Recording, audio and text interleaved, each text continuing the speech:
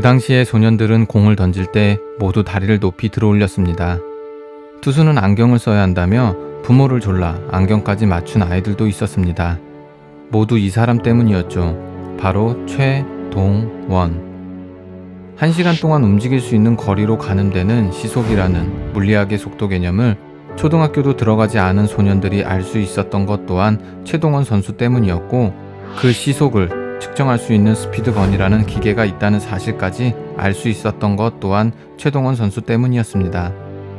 스피드건이 어떻게 생긴 물건인지는 모르지만 그걸로 최동원 선수의 공을 측정했더니 나왔다고 하는 150이라는 숫자는 별다를 것 없이 현실감 없는 경지의 이미지일 뿐이었습니다. 그 당시 소년들은 정말 그랬습니다. 그를 따라하던 소년들은 이제 어른이 되었습니다. 모두 각자의 일터에서 자신의 인생을 구가하고 있습니다. 하지만 최동원이란 이름 석자 앞에선 다시 소년이 됩니다.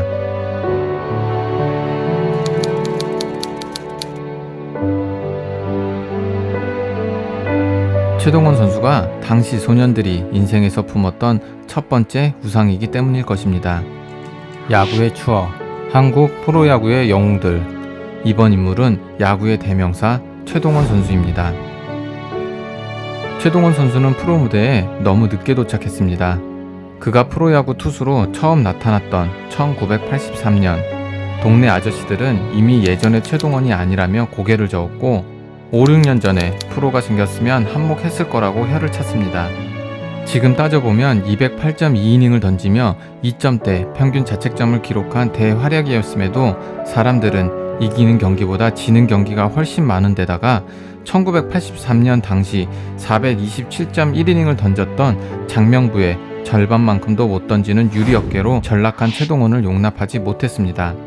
경북고와 서린상고를 상대로 이틀 연속 등판해 17이닝 동안 노히트 노런을 이어가고 군산상고를 상대로 20개의 삼진을 빼앗아내던 경남고 시절, 그리고 일주일 동안 6경기에 등판해 3승을 따내며 코리안 시리즈를 석권했던 실업야구 롯데 시절의 완벽투에 대한 기억과 마주세우자면 초라할 수밖에 없는 기록일 것입니다. 그래서 이미 5, 6년 전쯤 지나가 버렸다는 그의 전성기에 대한 궁금증만 쌓여가기 시작할 무렵 최동원 선수는 제대로 기지개를 켜기 시작했고 그 전설적인 84년의 대폭발을 보여주게 됩니다.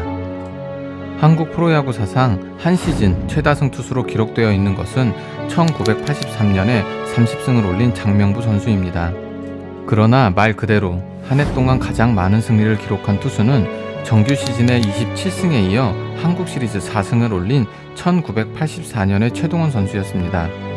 원년 에이스 노상수 선수의 군입대, 그리고 부산의 기대주 양상문, 윤학길 선수의 아마추어 잔류로 마운드가 텅 비게 되면서 3년째 하위권 탈출을 기대하기 어려울 것 같던 1984년의 롯데자이언츠가 한국 시리즈 우승컵까지 품에 안을 수 있었던 것은 하나의 드라마였습니다.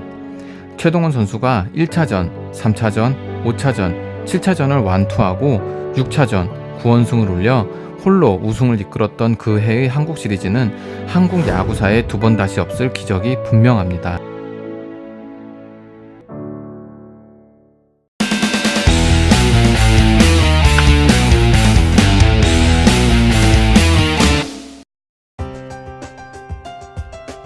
최동원 선수가 뛰던 당시 롯데자이언츠도 약팀은 아니었습니다. 120%의 능력을 짜내 안간힘을 써대며 던졌던 이모균, 배경환, 안창환 같은 투수들이 있었고 1할 타자였지만 김일용 투수의 지친 호흡을 노려 7차전 역전 결승 홈런을 만들어낸 유두열 선수도 존재했습니다.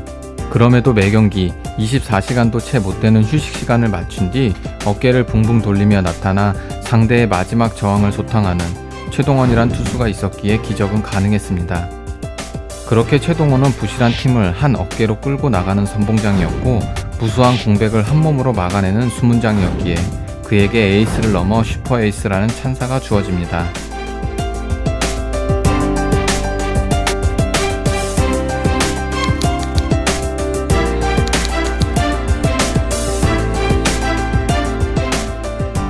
연속 홈런을 두려워하지 않고 상대 타자가 뻔히 알고 기다리는 길목으로 승부구를 우겨 넣어 3구 삼진을 노리는, 그리고 홈런을 맞은 다음 타석에서는 다시 한번 똑같은 코스로 더 강한 공을 던져 오기와 배짱을 겨루는 격렬한 승부사였던 그는 고작 슈퍼에이스라는 이름이 주는 든든함과 단단함에 머물지 않는 매력을 가진 투수이기도 했습니다.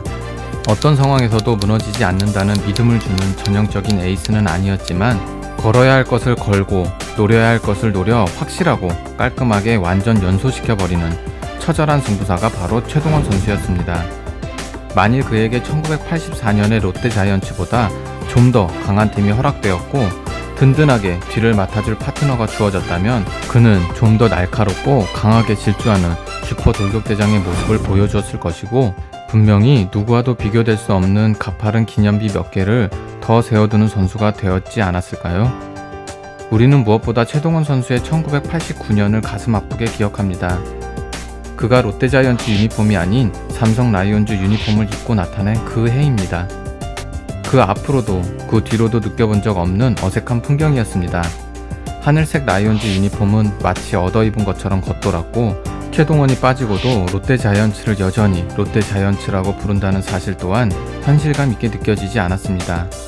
해마다 연봉 협상에서 몇십만원 되지도 않는 돈을 놓고 자존심 싸움을 하느라 질려버린 데다가 선수의 결성을 주도하며 미운 털까지 박힌 골칫덩어리를 치워버리고 싶었던 롯데와 어떻게든 우승을 하려면 최동원 같은 근성과 투지의 에이스가 필요하다고 생각했던 삼성의 이해관계가 맞물린 결과였습니다.